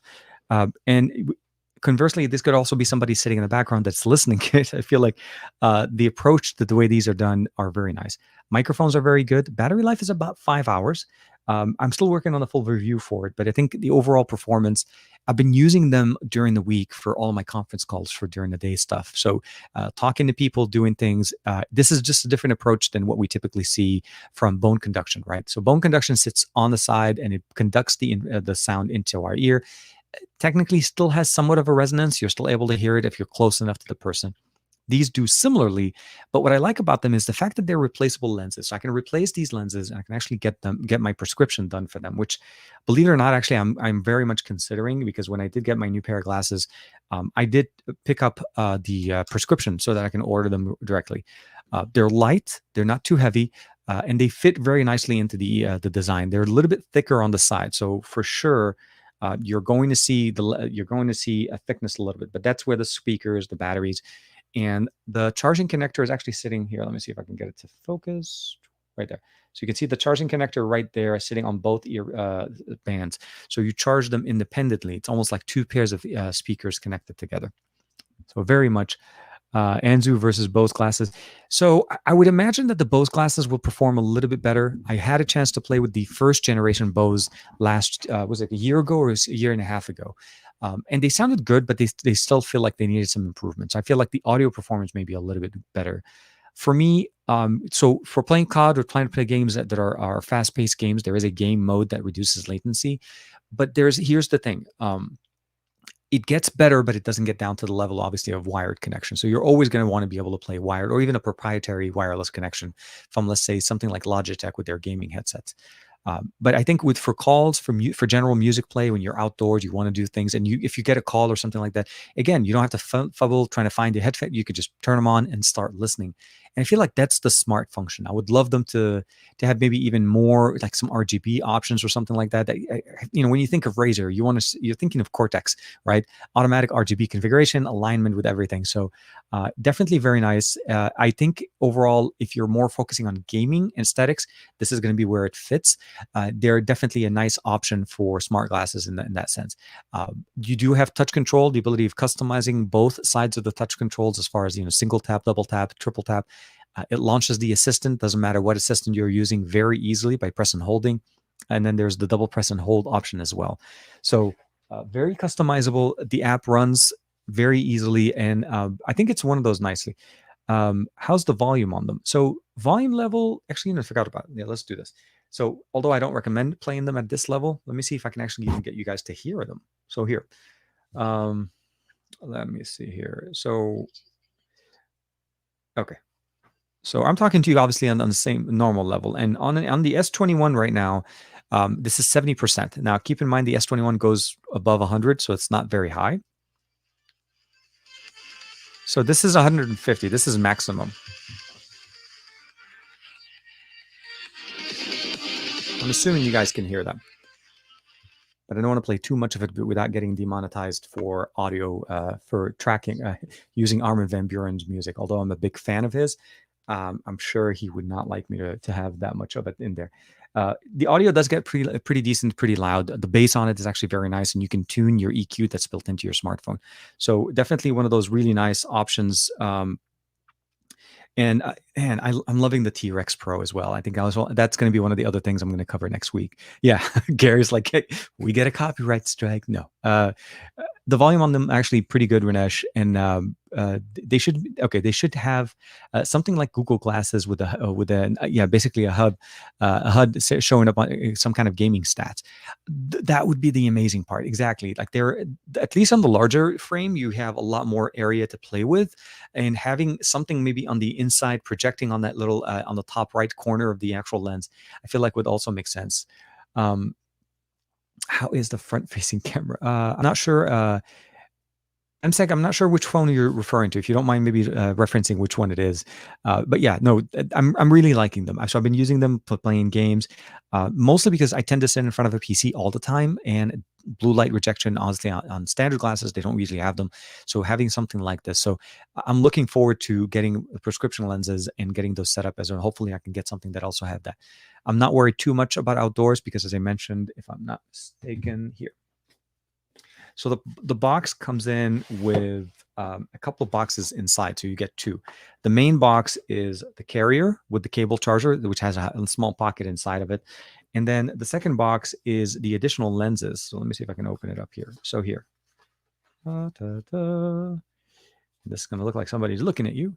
So you get the two extra polarized lenses, and you can pop them in and from both. So it's easily replaced. Very easy, and of course you can keep them on when you go out, and I think that's what I really like a lot about them. One thing I would probably say that I wish, though, if there was a way to keep the extra lenses, a way to keep them inside of the carrier. So this is nice, this is very functional, but the only pocket that you have a space for right now is the cable charger that you're able to use. So the cable charger, actually would be nice to show you guys. So the cable charger is a decent thickness. So you can either carry this or the actual lenses if you want to keep them. And it has those two connectors that you're able to connect the headphones to, or the smart glasses. Once you connect them, it does disconnect the power to the actual, it turns them off. So Let me see if I can put this correctly. And here it is. So they kind of like sit ever so slightly on them. You can put them on. Obviously, you can close the lenses and charge them in that aspect. So it's very nice. And then when you're done, just replace, move them up, and you're ready to go. No issues. Never a worry that you grabbed the lenses and forgot to disconnect. Magnetics or max stripe or whatever you want to call it, similar to the way magnetic connection is always the best, especially when it comes to these things that always give us. I feel like the best experiences. So let me go ahead and just tie them off. We're doing it live. And then again, in the case, there's a small pocket and it kind of sits very nicely. And there's a cover for it that separates from the back. And then at that point, you just put your glasses in. Oh, sorry. It'd be nice if I put them in the right order, right? Here we go. So what you're getting there is this. So you get the lenses. And here we are. Let's see if we can get this to focus. Ooh. Okay, Sony's not doing it. And here we are. So you can see them very nicely and then just close it. And it works nicely. So that would have been my only thing. I think if there's anything to be kind of said there. ماجد اهلا صباحا يا طارق كيفك اهلا وسهلا الحمد لله ماشي حالنا. Majid is asking how I'm doing. I'm doing great, man. Appreciate it. So Dom, yeah, so you can definitely push the limit on the audio on them. Although I would never play them at that level. So that music playing volume level at 140 or the maximum volume level of what the Samsung can push, it's not, obviously not. But if you ever needed it for phone calls, you could definitely push the audio up there for phone calls to get them that level, especially if the other party is not speaking very clearly or very pronounced, audio on there as well. Imagine that. Yeah, no, definitely. So yeah, those are going to be things that are going to be coming up very soon also on the channel. I'm going to be testing them out a little bit longer. I haven't had them for that long. I've had them literally for maybe a couple of days, but looking very much forward to those. Last week or last couple of days ago, actually, this week I posted a few videos. So we did the Oneplus Watch, as everybody kind of started talking about them, and a few people were able to pick it up. So we're starting to see more Oneplus Watch, watch videos coming out. But I also did a video separate for that. Hopefully you guys, I'm hoping you guys got a chance to check that out and enjoy it. It was actually from last week when we had a spring break for my son and we went down to the San Diego Zoo. So I took it with me. I took the OnePlus, not the OnePlus, sorry, the Find X3 Pro, and we just documented the day. We hung out with the family. But it was truly one of my funnest videos putting together because every time I inserted a clip into the video, it was like a memory from a good time when we were all having fun during spring break, something that we haven't obviously been able to do for a long time. 2020 was very much a paused type of a year. And this year, at least, we're getting some type of normalcy back into the fold in here as well. I appreciate it, Davin. Yeah, always. Thank you very, very much. So that was a fun video that I put out, but I realized obviously it's not going to get the numbers on it and stuff. But at the end of the day, I don't think that was the purpose for it. That video was really intended to be a fun way for me to document this. And now, if I ever want to be able to watch it, I just literally have to sit through that 5 minutes and watch the video. It was also my first time traveling or going a long distance with an electric car. We took the Tesla down to San Diego, and lo and behold, there's a special charging area to keep the car charged. So as we were walking around for 5-6 hours in San Diego Zoo, my car is getting charged. It was like a very big, because we were always going to be like, we don't have enough of a charge to go and come back. We also had to kind of figure out where to go to supercharge it and come back. There was going to be an extra 30 minutes. That actually saved us some time, but also made it very, very cool. So it was really, really nice, and I like that as well. But the Find X3, man, it seriously is a very capable smartphone. Video zooming during using it in there is very nice. There's no 8K, and I feel that I think that's actually okay for us. I think if it does decent 4K 60 and it utilizes the lenses and it has that microscope camera, which I still think, even though I'll admit to say, obviously, it's not going to be a camera that you use all the time.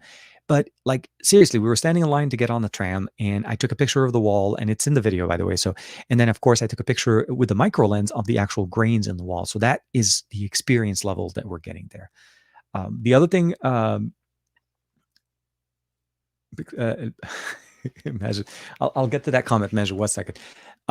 what I also did, I think it was on Friday, is we went to the Carlsbad flower fields, and I think this is if you guys check out Josh's video, he did a video on the Mi 11 Ultra there with his family. Surprisingly, I was actually there the day before with my family as well, but I was doing it slightly different. So I took a lot of pictures, and hopefully that video comes out this week. I did a comparison between Mi 11 Ultra and the S21 Ultra. So it's basically an ultra versus ultra when it came down to to camera experience. So that's going to be the video that I'm going to be pushing out next week as well. So there's a few coming out. So the T-Rex Pro review will be coming out. The ROG Phone 6, sorry, not ROG Phone 6, the Red Magic 6 gaming review as well. That one's going to go across the channels as well. And of course, I want to talk to you guys also about the camera's experiences. And that one I'm hoping I'll be able to do in both English and in Arabic. Yes, thank you, Majid. I appreciate it. He's wishing me safe travel as well. So you're Majid. I love the ability of basically doing that comparison. El Josa, yes. So it is very interesting to see what a larger sensor can perform. Like literally the number one thing I would probably say that the Mi 11 Ultra has is that natural bokeh. Like seriously, even if I haven't had to use the portrait lens on the back since I've had the phone. There's no need for it. The natural bokeh exists with the large sensor, that the moment that it catches focus on the person, that everything behind them just naturally falls off. It becomes that blurred, natural blur, very similar to what we get with, let's say, a DSLR type of an experience. It's almost a 1-inch sensor. Let's just say that much. It's getting very, very close. And then they pushed out an update yesterday while we were hanging out a little bit at Magic Mountain, which, believe it or not, I've been to Magic Mountain 4 times in the last week and a half, and that is crazy enough to say. But yeah, definitely very enjoyable there. Michael Peppertech is jumping in as well. I hope that the Mi 11 Ultra becomes available here in the US without having to pay $400 to $500 over the costs for imports. And I think Xiaomi is truly, like, I feel like if there's a thing that's missing in Xiaomi's plan, where they're releasing obviously a lot of devices, I feel like the US market would benefit from having their Ultra smartphone, because it's a very different 11. There is a series of Mi 11s that are coming out there. I think, if I'm not mistaken, there's one more coming called like Social Life or Mi 11. It's not light, but it's more of a like another iteration. So we have the Lite, the Pro, the Standard, and then we have the Ultra, and then of course we also have that new Mi 11 that's coming in. But I feel like the Ultra is definitely a step above. It almost could be its own brand from Xiaomi, as opposed to having it basically be an Mi 11, because it doesn't really share any of the aesthetics approach to the other Mi 11s. It runs the 888 for sure. Stereo speakers, of course, wireless charging, all of that stuff. But 67 watt wired and wireless. Those are 2 new ones. Obviously, it's just a lot of things, and I really hope that they make it available, even if they don't necessarily have it like, in physical stores and so on, but just sell it on Amazon. Like they have some of their other devices there. It just takes time to show up, not without having to necessarily import it. I will say this much though, if for you here is Michael, is that it does not support 5G in the US. It does support 4G LTE quite well. Wi-Fi connectivity and all of that stuff works really nice. So that's definitely very nice. Let me see here. Dominic. Hey, David Burns made it, man. Welcome, man. Say hi, everybody. Here, did you put out the Mi 11 Ultra review, TK? So no, I haven't put out the review on that yet. We have so many things kind of going on.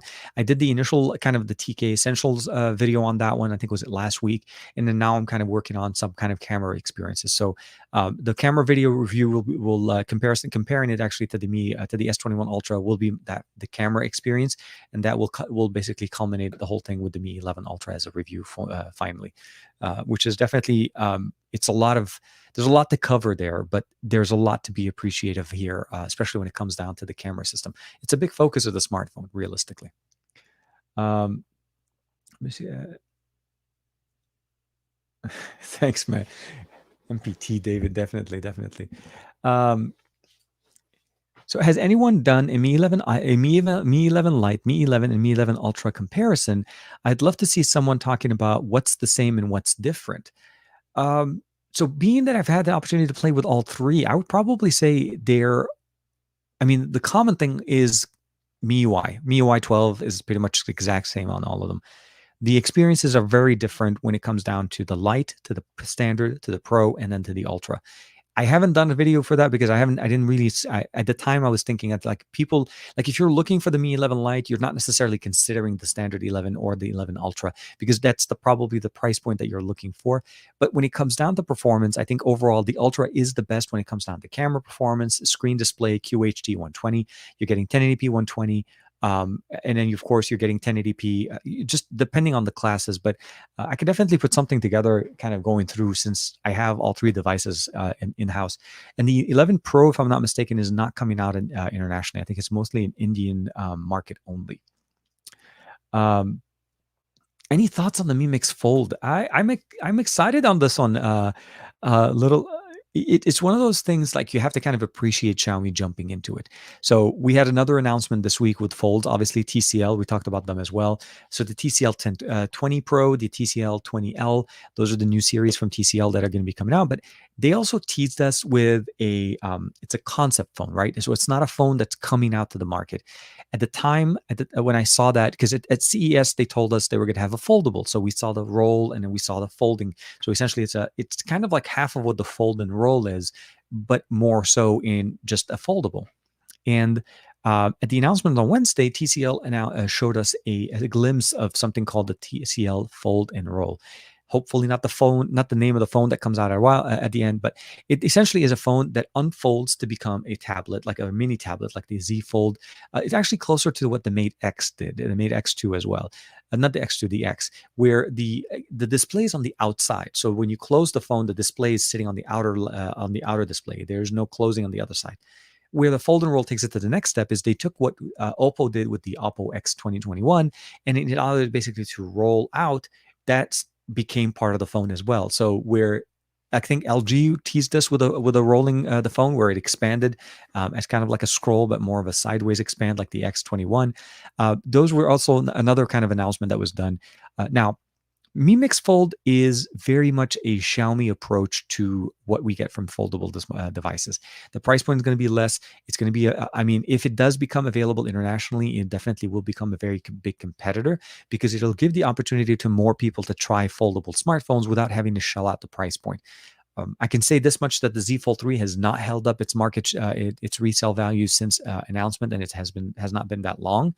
You can find them now close to about $1,000, maybe $1,100 used on Swappa in the US at least. So you have to appreciate having more options and more selections. And of course, then Samsung has another announcement coming up on the 28th. So we're having more unpacked again this year. This is going to be what we saw last year, and I think OEMs are loving doing multiple events across the year. So we'll have to see how that goes. شو يا طارق okay. Okay, so Majid's asking me what is my main daily driver right now, and what do I think about Huawei, basically, especially in the market right now. So primary smartphone that I'm using is the Mi 11 Ultra, so that's the main one that I'm using. I also have my SIM card in the Red Magic 5G that I'm playing. So it depends on where I'm using there. The 9 Pro is also my device. As soon as I'm done with the Red Magic 5.6, I'm going to be switching back to this one. So I usually run 2 smartphones. But as far as the Huawei situation, I mean, there hasn't really been that much improvements, any really change in the conversation. We are seeing more like the new P series is going to be coming out very soon. Obviously, that's going to be their new camera system. So there's definitely going to be conversations going on. But as far as actually overall performance, the studios, I think I still need to kind of get around to doing that video as well. I have the Huawei Studio headphones, and I need to kind of finish that video as well. So hopefully soon. And I hope that kind of answers the question you're going for there. Let me see here. Oh, Davin, here's so how is the P40 Plus? Do you still use yours? So unfortunately, I don't. They took that one back. So I think the Pro Plus, there's the Pro Plus. The approach to what we got there. It's a very solid performing smartphone. Battery life was great. The display is very nice. The camera system is very nice. But I think overall, what ended up happening for me is that at the end, after installing, so we had the ability of installing Googleify. Hopefully, I'm saying that correctly. I did a video for XDA where we were able to sideload Google Play services onto the P40 Pro Plus. But no, the P40 Pro, not the Pro Plus. The Pro Plus, I couldn't do it because of a software limitation at the time. It may be fine now, but at the time, that was a concern. So I posted that video over. And of course, the overall performance got way more, it became more functional once you have Google Play services. As a smartphone, though, its cameras, there was no question. Huawei has done their homework, the improvements for the 4K capabilities. Finally getting 4K 60 across on the different lenses it's a big move, especially when you get into the smartphone there, especially with Huawei. So definitely a very nice one. Unfortunately, I do not have that anywhere. I don't have that device. Let me see here. I haven't bought a phone on Swappa yet. Chemi, okay, so Chemi said, I haven't bought a phone on Swappa yet. Busy and contemplating for me lately. You know what? Swappa's overall performance as far as smartphones, it's definitely a lot better than eBay, and you could definitely trust the support from their staff if there's any issues with your sale. And you're able to find some really decent deals there as well. You are also able to negotiate, which is very nice. That's something that's different than what we get with eBay. Typically, not as much negotiations going on. Khalid Chain saying is, good morning, TK. It's evening here in Scotland. Hope you're doing well, and everybody here as well. Definitely. Sorry, Khail. Sorry, I said Khalil. I made a mistake there. Yes, definitely. DTS jumping back. Hey TK, if Google go with a custom the Whitechapel SoC, do you think it will affect Android updates on Qualcomm? So it's going to be something that is a little. Actually, we'll take that back. Okay, so there's Android updates are pushed in two different forms. There's the source, and then there is what Google releases on their smartphone. So the Android version, the version of Android that runs on Pixel is not the version of Android that Google sends over to other OEMs. There's the base, there's the AOSP that everybody feeds off of. So Android is, Google starts there, and then they build on top of that to release their version or their custom version for Pixel. Now, most people refer to that as stock Android because it seems to be the closest one to it is the vision of what the primary version. This is what Google envisions their version of Android to run. So those little customizations, the camera app, the dialer, all of those little things, the Google Play services, AOSP doesn't have those. Those are the things that typically come out there. Now, will having basically Whitechapel be as a SoC for the Pixel 6 affect that? I feel like it doesn't really affect it as much, at least within the last generations of Android, like 10 and 11, I want to say. OEMs have been working with Google a lot earlier in the fold in the conversation. So an example would be this: there's a very good chance that next month, in about a couple of weeks or so in May, that OnePlus will be releasing their first alpha of Android 12 for Oxygen OS, and that's typically how it goes. Color OS last year, if I'm not mistaken, they announced ColorOS 12 on the same day, ColorOS 11 on the same day as Android 11 became official when it came out of beta, because they were testing it before. So I don't think that's going to be an issue. The release of software updates from like OnePlus, OPPO, Xiaomi, Vivo, all of the other carriers or OEMs, it's just going to be consistent. There will not be any big issue there. As long as their involvement doesn't change, I think that'll be still a very good conversation. So yeah. My real name, my real McDaddy. Oh man.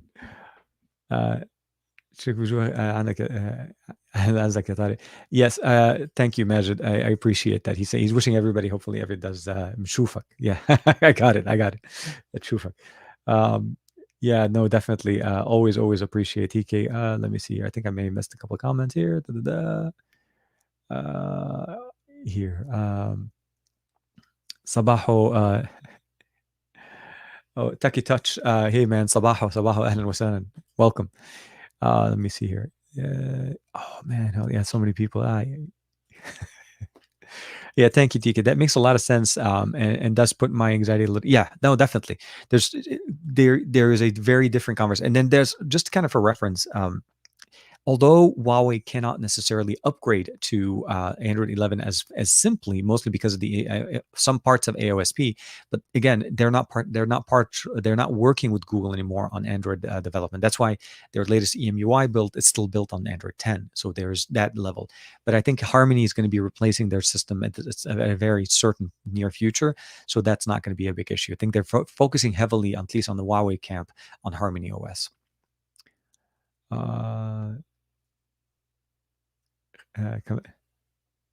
هلا اهلا وسهلا. So here كمال حاج عباس زين. اهلا طارق. Welcome, man. اهلا وسهلا. I appreciate it. Yeah, no, it's there's a lot of things kind of like to appreciate going on. I think TCL is definitely this is the year for TCL to take a big, good stronghold in the US at least as a market. They already have a very good stronghold on TVs, so TCL TVs with Roku in the US. We also have a big reference also with their existing lineup from last year. They're no longer they're not trying to use the Alcatel sub brand. Now they're going straight with TCL. That's the biggest push also that we're starting to see. And they have a very good existing relationship with carriers. Now, I do notice though that it seems like TCL's approach, or at least global market approach, it seems like the US is the last market to release the 20 Pro. I saw that tweet there, and I don't know why the tweet got removed. But the short answer, um, the 20 Pro is definitely going to be a very big upgrade. Let me see if I can do this one right there. It's definitely showing us to have the biggest improvements over what we saw last year. So definitely a large display. Sorry, I have the spec sheet on the side because with the devices not being in hand, it's hard for me to remember all the specifics. We have 4,500 watt milliampere battery, 18-watt charging, 48 primary shooters, 16 ultra wide, 5 megapixel macro, and 2 megapixel depth.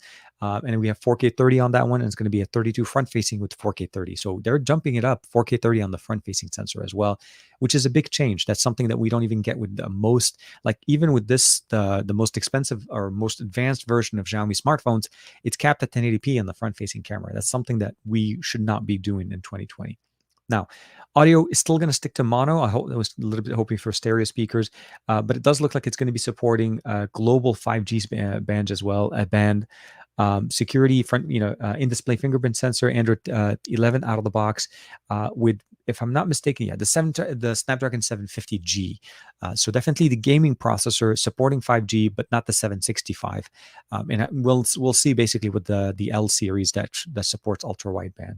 But definitely it's a decent contender in the mid-range processor, but it's the one that definitely doesn't look it. If you had to kind of pick a phone that gave you the best look for the price, the 10 Pro was an amazingly designed smartphone, and we definitely carry that in with the 20 Pro.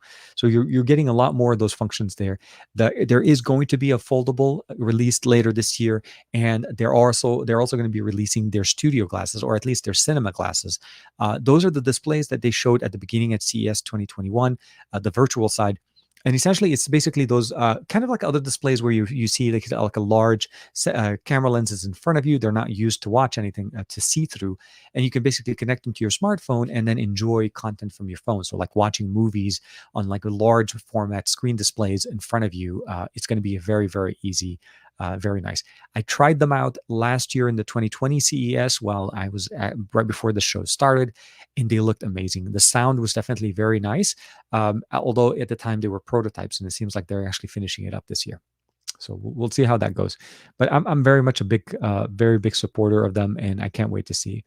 Um, Oh, Kamal, yes, yes, yeah. We talked a lot about the Xperia 1 Mark III at the beginning of the show. So the overall, I would say, if I had to kind of recap that part of the show, I would say Xperia 1 Mark III is a very substantial upgrade in the overall experience uh, from the Xperia 1, not from the Xperia 1 Mark II. I think there's some upgrades that are done there because they kind of like doubled down on what you're getting there.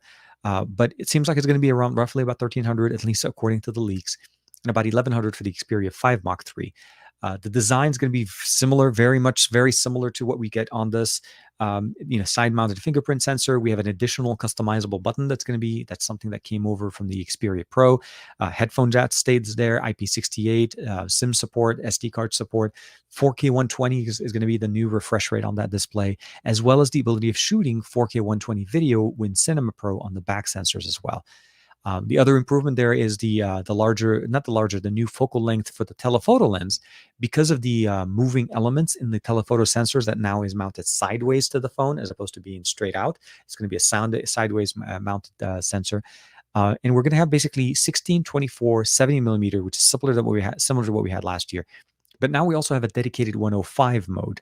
Now you're still able to do the scroll all the way up to 200, but that's different. When you're doing that, that's usually some digital zooming. Having a standard focal length, that means at 105 now the images are going to be very clear, as if you have a 105 millimeter lens sitting on the back of your phone. So yeah. faster charging, and I mentioned also the updated internal application for the camera app, a whole bunch of different things. There's a lot, and then 5G, of course, all across their lineup. I know that the One Mark II European model supported 5G, but this one will support 5G, at least in the US for us as well. So yeah, hopefully that kind of gives you the big kind of rundown back of that one as well. Let me see here. So the Xperia 5 Mark III TK, I'm in love with it. Really excited about the comparison of those. So yeah, the 5 Mark III is definitely it's the smaller of the two. So from a form factor, definitely it's the one that will probably most appeal to many people. It still has a very beautiful display, 1080p 120, which is similar to what we saw last year. But you're getting the benefit of the lens system that we have in there, the charging, the HS power control, all the optimizations, minus the 4K 120 display that we had on the One Mark 5, the One Mark 3. So I think Jermaine is really very big supporter. If I'm not mistaken, Josh also, or I think is a big fan of that as well for the Xperia 5 Mark 2. It's going to be a really good selection of options. They're releasing both smartphones, and I feel like both are well-rounded now. Where last year I would have probably said the Xperia One was the Mark II side, at least. The One was great for content creation and content consumption because of the display with the 4K panel, and I felt like the Xperia 5 was great for content creation and gaming. That's the focus level. Now they're both very well rounded, and they're going to be coming out both in summer. But I have a feeling, or at least one also kind of supported that on Thursday, is that he essentially thinks that the first one will come out kind of like the way we got it last year, sometime in July, where it was the Xperia 1 Mark II. And then the Xperia 5 will probably come more at the tail end of summer, like closer to the end of around August, September timeline, right before we transition, obviously, to fall. So we'll have to see. It's all about the ROG 5 Ultimate, baby. Oh, man. Matt Tyler's in the chat. Okay, might as well switch conversations now, man. Habibi, thank you, Kamal. Ahlan. Let me see here. Gate 95 here. Just here to say salam, ahlan wa sahlan. I hope everything doing well. Catching up with you guys later. Thank you for stopping by, man. Always appreciate it. Let me see here if I kind of thank you. Matt Tyler's jumping in with the Ultimate. Man, dude, honestly, I wanted to try the Ultimate. I wanted to see what it was all about. But I am not going to lie. I'm very happy with the ROG Phone 5. From the 2 to the 5, since you got a chance to play with the 3, I never got a chance to. So I don't really have an idea of how the approach was done. I feel like it's an upgrade from the 2 to the 5. That's truly the upgrade that I wanted to see last year.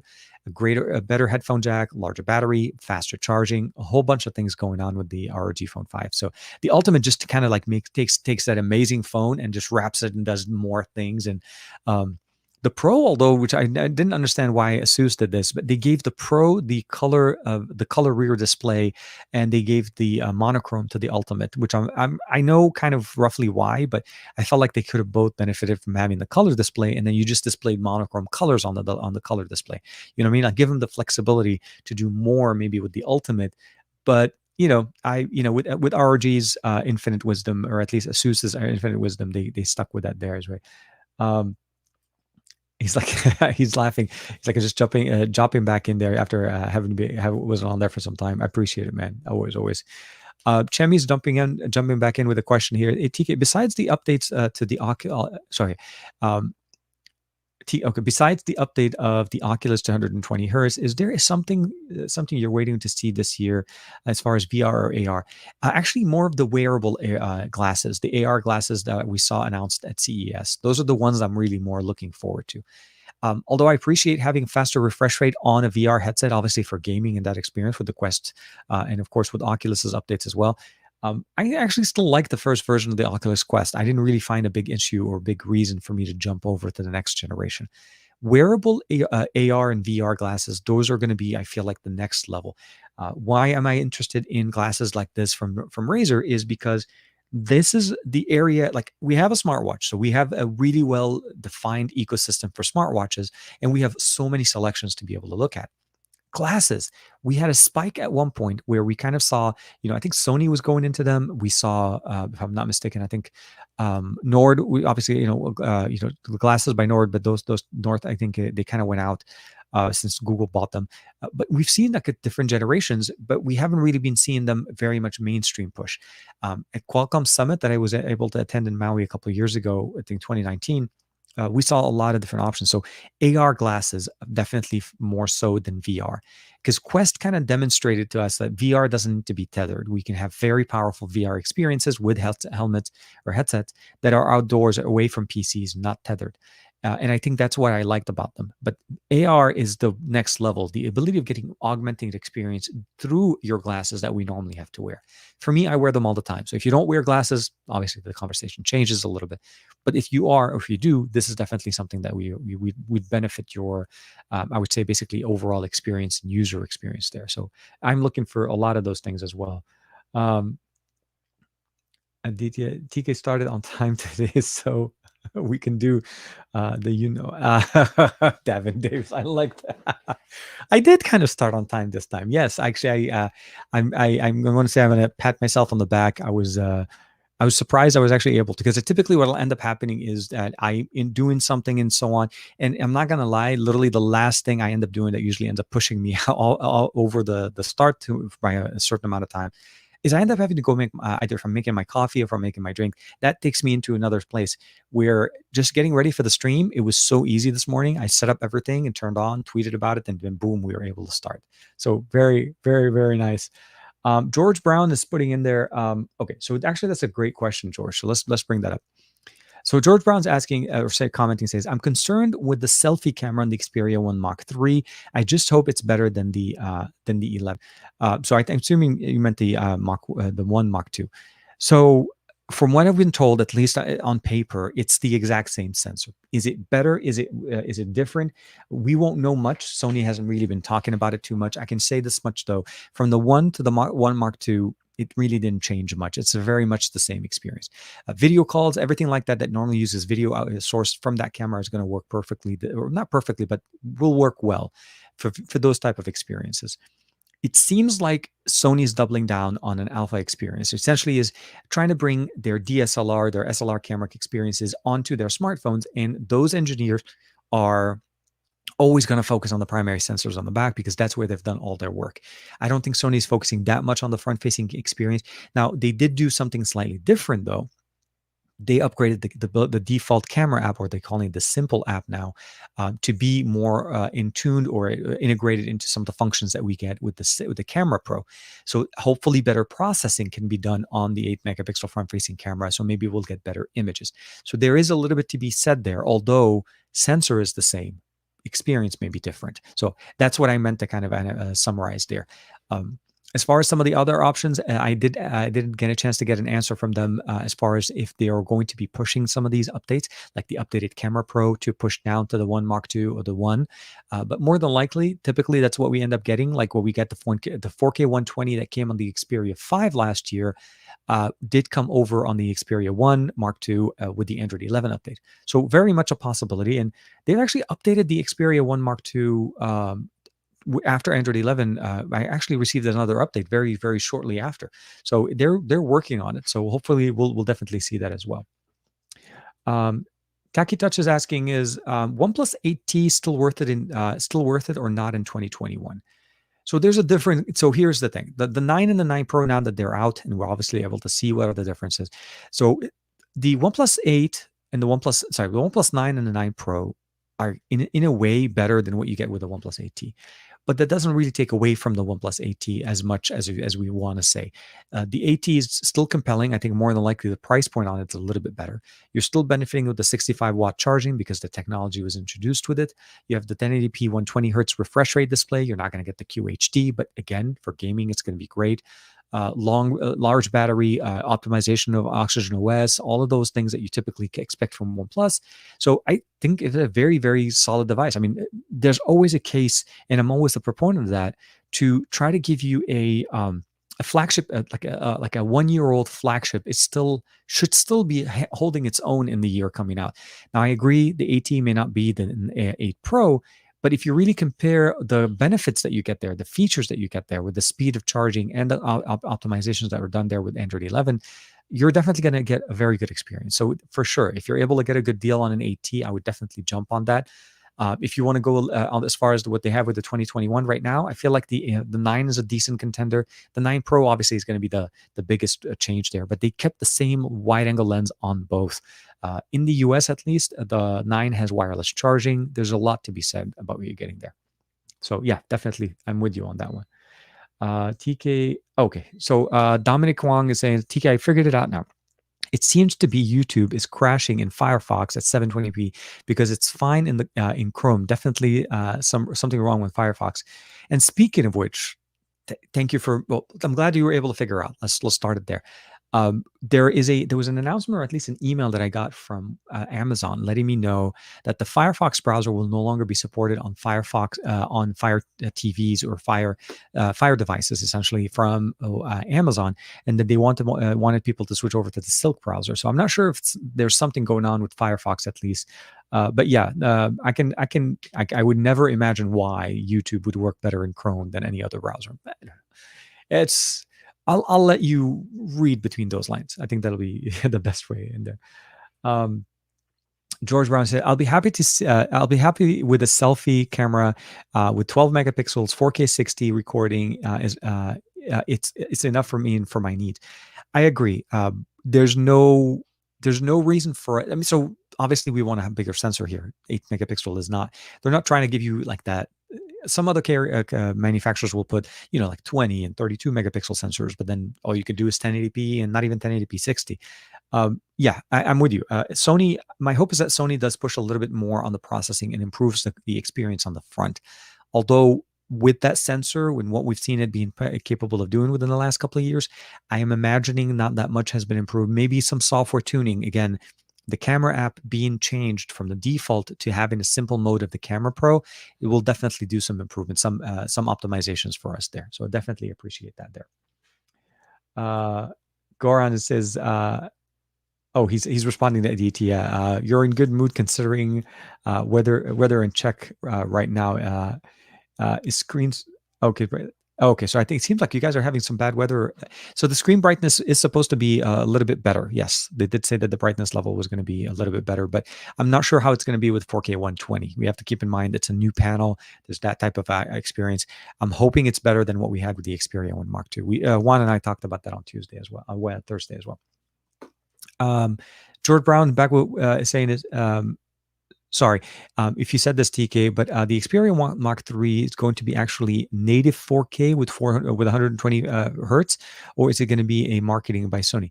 No. So many people have asked that, even the other PR agencies. It is going for native 4K. It is not what they did last year with the upscaling to 90 frames per second. So it's a 4K 120 hertz refresh rate panel. That's where I was kind of commenting on Goran. Goran's comment.